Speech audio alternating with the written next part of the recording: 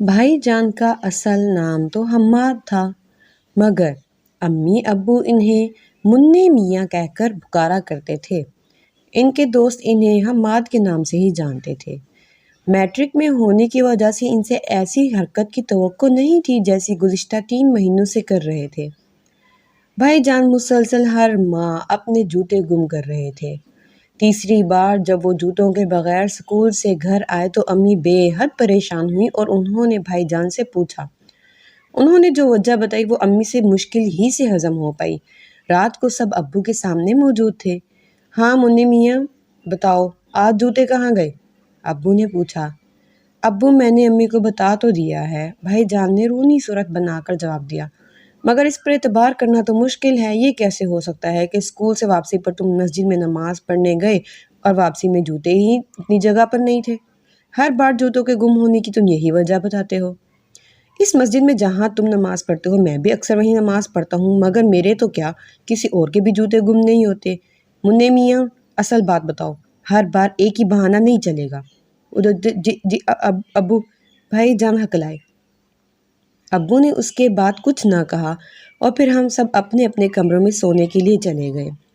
دوسرے دن صبح ابو بھائی جان کے اسکول گئے اور پرنسپل صاحب سے مل کر انہیں ساری صورتحال بتائی۔ پرنسپل صاحب نے کلاس ٹیچر سلطان صاحب کو بھی اپنے کمرے میں بلایا اور انہیں بھی تمام صورتحال سے آگاہ کیا۔ سلطان صاحب نے بھی اس بارے میں اپنے مکمل تعاون کا یقین دلایا۔ ابو مطمئن ہو کر وہاں سے دفتر چلے گئے۔ سلطان صاحب دوبارہ اپنی کلاس میں گئے تو انہوں نے خود بھائی جان کو اپنے پاس بلا کر بڑی ہی آہستگی کے ساتھ جوتوں کے گم ہونے کے بارے میں پوچھا، مگر بھائی جان یہاں بھی بات گول کر گئے۔ دوسرے دن سلطان صاحب کسی خیال کے تحت ان 3 بچوں کو اپنے پاس بلاتے ہیں جنہوں نے کئی دنوں سے نئے جوتے پہن کر نہ آنے پر ان سے سزا لی تھی۔ ان تینوں کے والدین کی مالی حالت بھی اچھی نہیں تھی، اس لیے وہ نئے جوتے خرید نہیں سکتے تھے۔ یہ بات سلطان صاحب کو بھی معلوم تھی، مگر اسکول کا نظم و ضبط قائم رکھنے اور بچوں کو صفائی کا پابند بنانے کے لیے انہوں نے ان بچوں کو سزا دینا ضروری سمجھا تھا۔ وہ تینوں مسلسل کئی دنوں سے پھٹے ہوئے جوتے پہن کر آ رہے تھے۔ آج جب سلطان صاحب نے ان کے نئے جوتے دیکھے تو وہ معلوم کر گئے۔ انہوں نے ان تینوں کو پرنسپل صاحب کے کمرے میں بلایا اور نئے جوتوں کے بارے میں پوچھا تو انہوں نے صاف صاف سب کچھ بتا دیا۔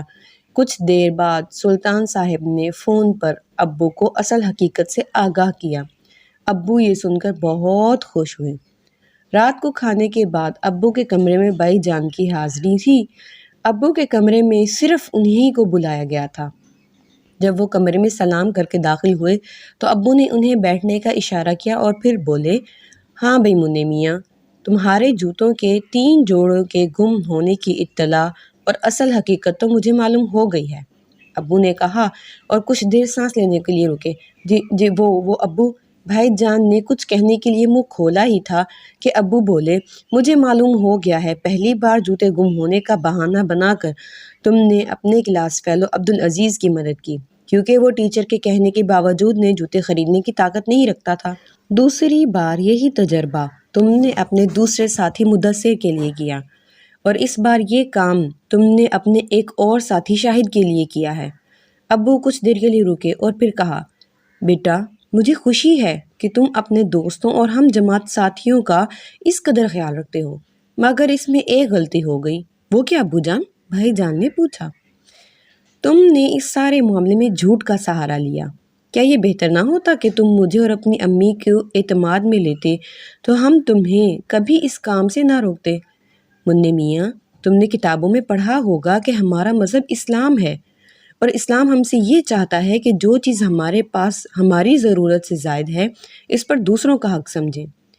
آج ہم اللہ تعالیٰ کا یہ کرم اور احسان مانتے ہیں کہ اس نے ہمیں اپنی ضرورتوں سے زیادہ عطا کیا ہے، اس لیے اپنی اطراف کے لوگوں کی ضروریات کا خیال رکھنا ہماری ذمہ داری ہے۔ جی ابو جان، میں آئندہ اس بات کا خیال رکھوں گا۔ یہ کہتے ہوئے بھائی جان کو ایسا محسوس ہوا جیسے ان کے سر سے منو بوجھ اتر گیا ہو۔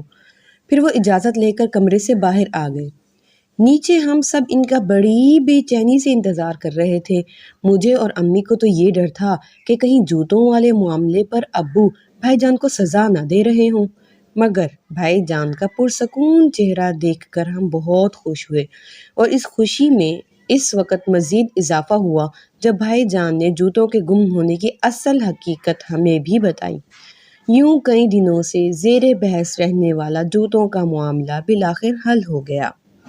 پیارے بچوں، ہمارا دین اسلام ہے، اور اسلام ہمیں یہ سکھاتا ہے کہ پہلی بات تو یہ کہ جھوٹ نہیں بولنا، جو بات ہو سچ سچ اپنے ماں باپ سے شیئر کرنی ہے، اور دوسری بات جہاں ہمیں محسوس ہو کہ کوئی بھی ہماری ضرورت کا طلبگار ہے تو ہمیں اس کی ضرورت کو ضرور پورا کرنا چاہیے۔